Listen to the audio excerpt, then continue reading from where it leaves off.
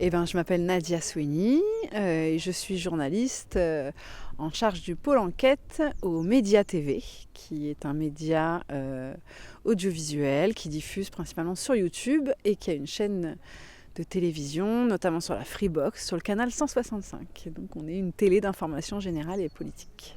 Alors le média, c'est une équipe qui tourne autour d'environ une trentaine de personnes qui travaillent par mois en y comptant les pigistes, les intermittents du spectacle, parce qu'il y a les équipes permanentes et puis il y a des gens qui, comme dans tous les médias audiovisuels, qui tournent, même en presse écrite d'ailleurs. Et il me semble que c'est à peu près une trentaine de personnes équivalent temps plein par mois. Donc c'est une grosse équipe. La majorité de ces gens travaillent autour du pôle actu, puisque le média fait 2 directs par jour, un à 13h et l'autre à 18h30, pour essayer d'apporter une actualité différente de ce qui se fait dans les chaînes d'information globales et qui appartiennent soit à l'État, soit à des grandes fortunes. Et que nous sommes la première télé indépendante de France. On est aussi diffusé sur YouTube, où on a à peu près 1 300 000 abonnés. En gros, c'est nos 2 grands vecteurs de diffusion d'informations.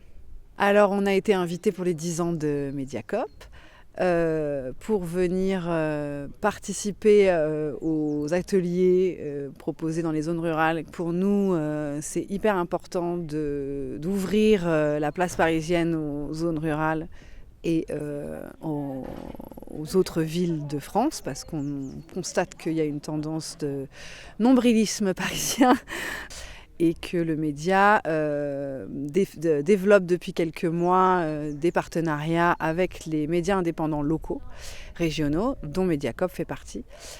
En fait, on fait des enquêtes communes et on produit la partie audiovisuelle. Le média local produit la partie écrite, puisque c'est souvent des médias de presse écrite. Nous, on accompagne l'enquête, on aide et on accompagne l'enquête pour en faire un projet audiovisuel diffusable en télé et qui permet du coup à la fois de faire émerger des sujets du terrain hors Paris, en plus, et de faire monter en plus les médias indés qui, pour nous, font un travail extraordinaire, trop peu vu. Et donc, on veut leur proposer aussi d'être mieux vus et mieux repérés par les téléspectateurs français. J'ai un regard sur la presse quotidienne régionale assez critique. Ça dépend des territoires, mais globalement, c'est quand même une presse qui est assez consensuelle, qui fait peu d'enquêtes au sens de l'investigation journalistique, qui va être beaucoup emmenée dans les communications politiques ou dans des informations un peu de faits divers, un peu plus générales, etc. Et qui va moins aller fouiller, chercher, enquiquiner, notamment les élus locaux. Ou des notables, etc.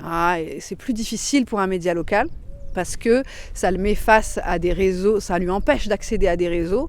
Quand il va dénoncer des choses de certains élus locaux, nécessairement les élus locaux vont fermer leur réseau à ces médias-là. Et quand on est en région, c'est compliqué parce que très rapidement on se ferme des portes. Et la possibilité pour des médias nationaux de faire monter les sujets au niveau national, ça protège aussi les journalistes en presse régionale. Et donc, comme nous, moi j'ai fait le constat en tout cas qu'il manquait en PQR des espaces d'investigation que les médias locaux indépendants viennent combler en réalité. Et je pense que naturellement, les journalistes qui habitent dans les régions ont fait le même constat. C'est des médias qui sont en grande fragilité financière, mais nous aussi.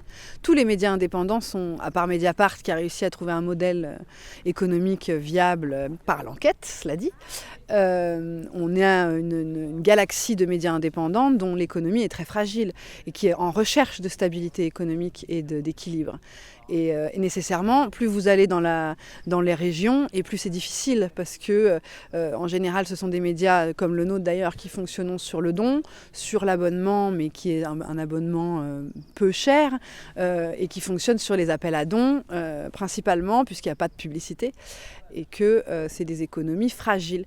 C'est en construction en ce moment l'équilibre budgétaire. Il y a des fonds pour la presse libre qui se créent, il y a des levées de fonds comme COP Média qui crée une coopérative de levée de fonds pour pouvoir redistribuer des fonds à des médias comme Mediacoop ou d'autres en région qui en ont besoin pour justement vivre. C'est en construction, mais c'est pas facile. En fait, Mediapart n'a pas forcément pris ce qu'il y avait à prendre. Il a tracé un sillon, je pense, et il a participé à remettre l'enquête au cœur du journalisme. Parce qu'on a un autre volet dans le journalisme qui est plutôt parti sur la com, la polémique, le buzz, et beaucoup sur la com politique. Et Mediapart fait partie de ces médias qui ont remis l'enquête au cœur du métier. Quand même pas... Enfin, bon, on peut quand même souligner ça. Et il aide, parce que le Fonds pour la presse libre, c'est créé, c'est Mediapart qui déclenche cette création. Donc ils ont créé ça, ils ont dans leur statut d'ailleurs, le Fonds pour la presse libre a interdiction de donner des fonds à Mediapart, parce qu'ils autonomisent cette mécanique de redistribution des fonds sur des enquêtes. Donc ils ont pris une grande partie de ce qu'était l'enquête journalistique, mais ils veulent être aussi un vecteur, en tout cas un moyen de faire émerger tout un tas d'autres médias indépendants qui font de l'investigation. Je ne travaille pas chez Mediapart. À la base, je suis journaliste presse écrite. J'ai travaillé 5 ans chez Politis, qui est aussi un média indépendant, sur la même coloration politique, en tout cas engagé, un média humaniste engagé à gauche. Et puis très basiquement, en fait, les équipes du média m'ont téléphoné pour, après que j'ai fait une grosse enquête sur le terrorisme d'extrême droite, où j'ai révélé l'affaire Waffenkraft, qui est l'affaire d'un terroriste, d'un ancien gendarme, d'un jeune gendarme qui voulait commettre des attentats contre tout un tas de personnes, et qui a été jugé aux assises et condamné, lourdement condamné.